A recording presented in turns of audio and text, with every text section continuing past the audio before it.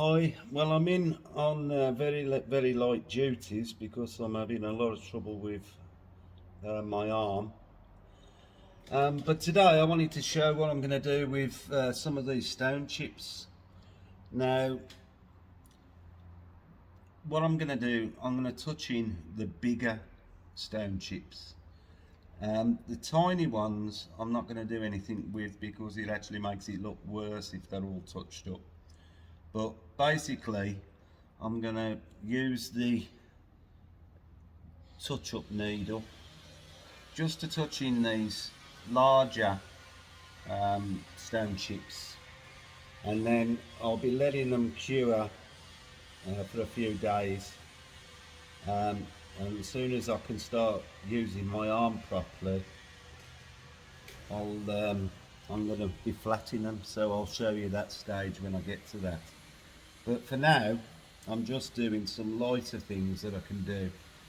And this is probably the easiest thing I can do without putting my arm under loads of stress, because it is painful. So I'm going to work my way around, just touching in with as little paint as I can in the worst ones. Now, as long as you don't put too much in, it will sink when I leave it into the void, which is the chip. So I'm just going to lightly just touch them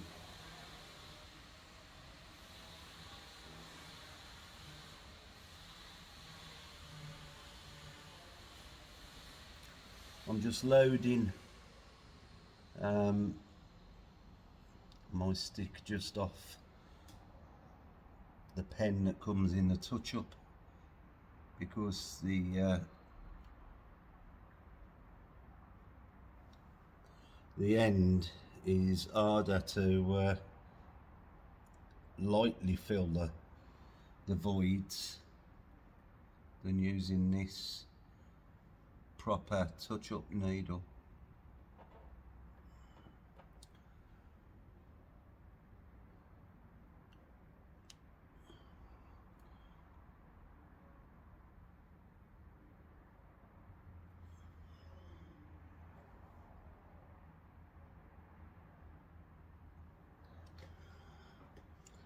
Just looking for the bigger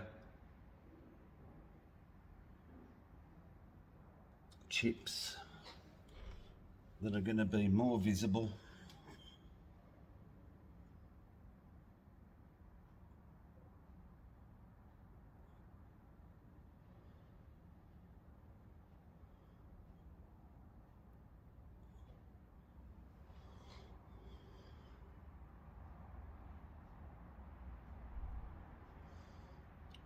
It is difficult when you haven't got a lot of control over the muscle in your arm. Now I'm having to use my other hand to support it.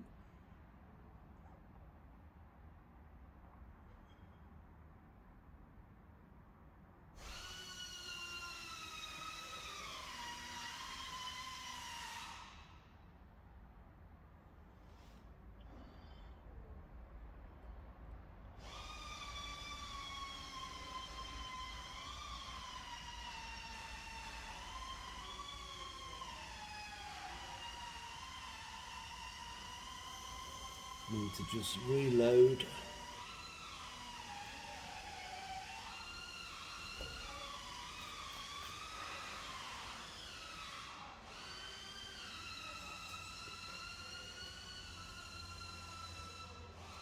Like I say, I'm not going to try and touch every one in.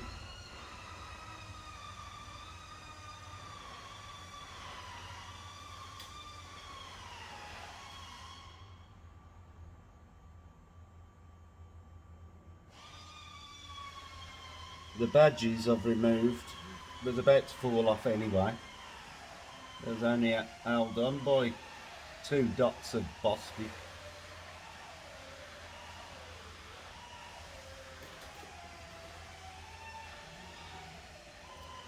Well, that's the worst of them done.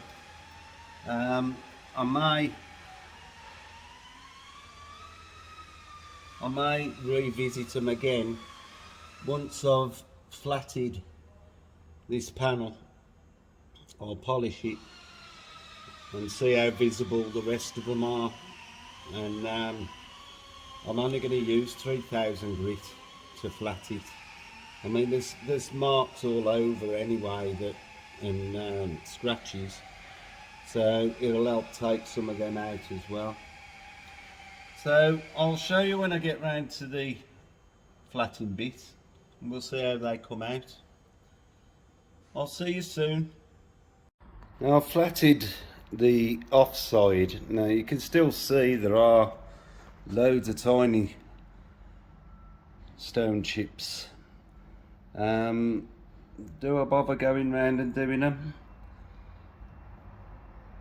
I think I might. Certainly not going to get all of them, but I'm sure I can get a few more. See you soon.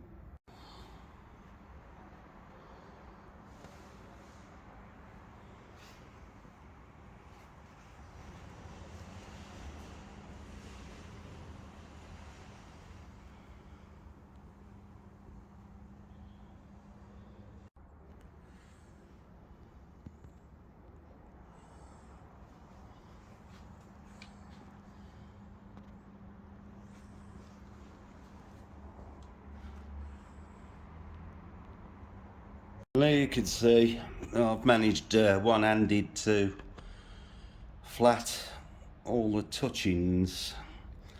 You can see they're slightly darker.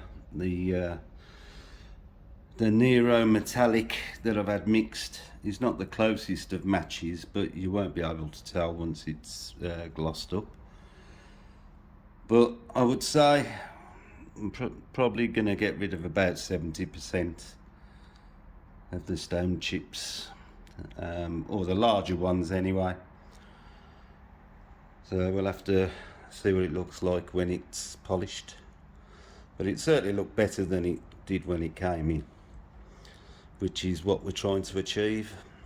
You know, we're not repainting the panel, we're just trying to visually make it look a lot better than it was.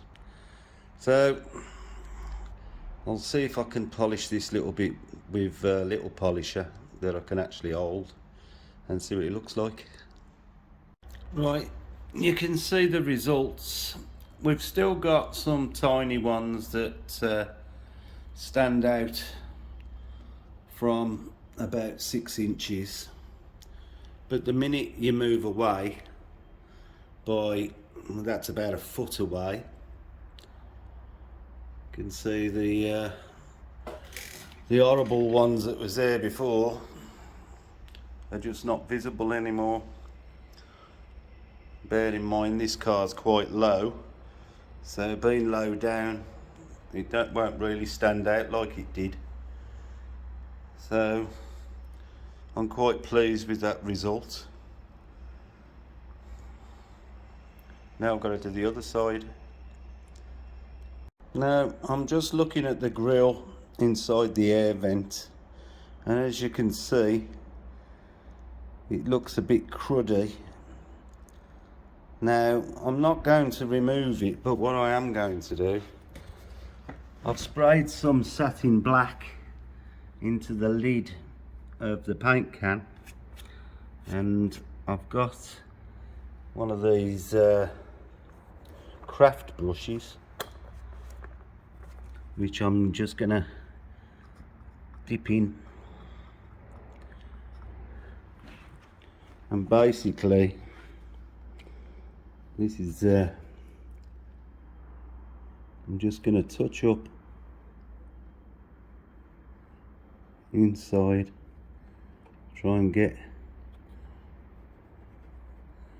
to these cruddy parts. Probably take a couple of goes at doing it.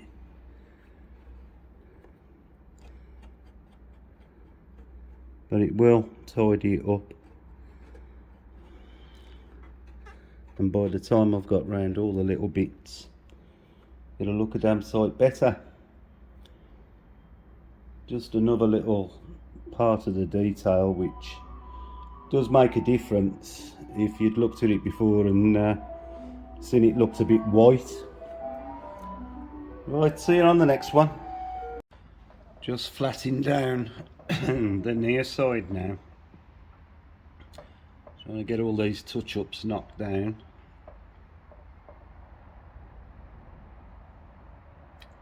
This is just the start of the 2 stages of flatting I'm going to do.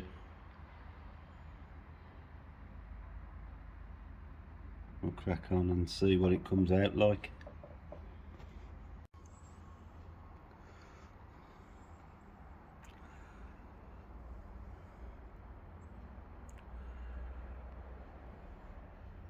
No, it's nowhere near perfect, but the big stone chips are now invisible and the damage that was on the bottom is invisible. Would have liked to have got more of them out, but they're so tiny. Although they show up, they are tiny, and to go around every single one of them, it's already a time consuming job, and it might as well have them repainted if you're going to go that far. So we're just trying to make the car look better than it arrived in, and I think we've done that. So move on to the next bit. Now it beats me how anybody can send a car back to a customer, no matter how little the job or what's had to be done, but you don't send a car back looking like this. Overspray, and the overspray has got everywhere. It's on the sill covers, everywhere. So I'm going to start removing that overspray now. I've masked this chassis number badge up so that I don't rub that away. I'm just going to mask off the rubbers, and I'm going to start trying to remove some of this. But I mean, this is shoddy. Shoddy. First thing you see when you open the door. Not on. Anyway, not only is it the fault of the workers, but the owner has accepted it. Amazes me how the world's got now. Quality car like this, and you get not quality work. Now I've had my rant, I'm going to get on and put it right.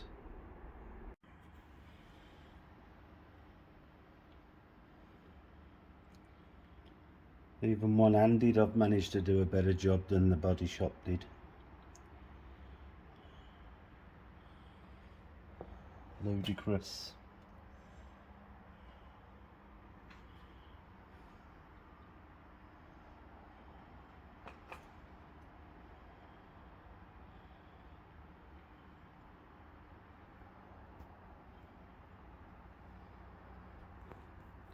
Right, let's move on.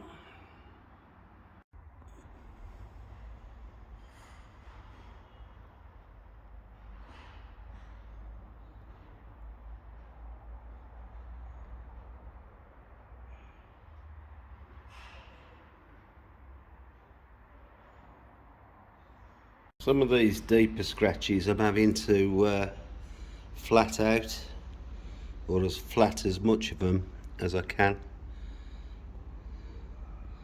But there's varying depths of scratches, so just being careful not to go too far. Take the tops off and see if we can make them invisible. But just working my way around on some of the deeper scratches.